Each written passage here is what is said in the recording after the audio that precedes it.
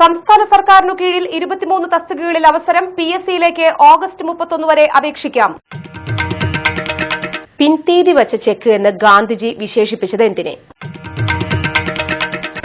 ഒരു നല്ല കരിയർ പടുത്തുയർത്തുന്നതിനുള്ള പരിശ്രമങ്ങൾക്ക് കരുത്തുപകരാൻ അവസരജാലകം. നാവികസേനയിൽ 515 ഒഴിവുകൾ. ഓഗസ്റ്റ് 26 വരെ അപേക്ഷിക്കാം. കൊച്ചി നേവൽ കമാൻഡിൽ 486 ഒഴിവുകൾ.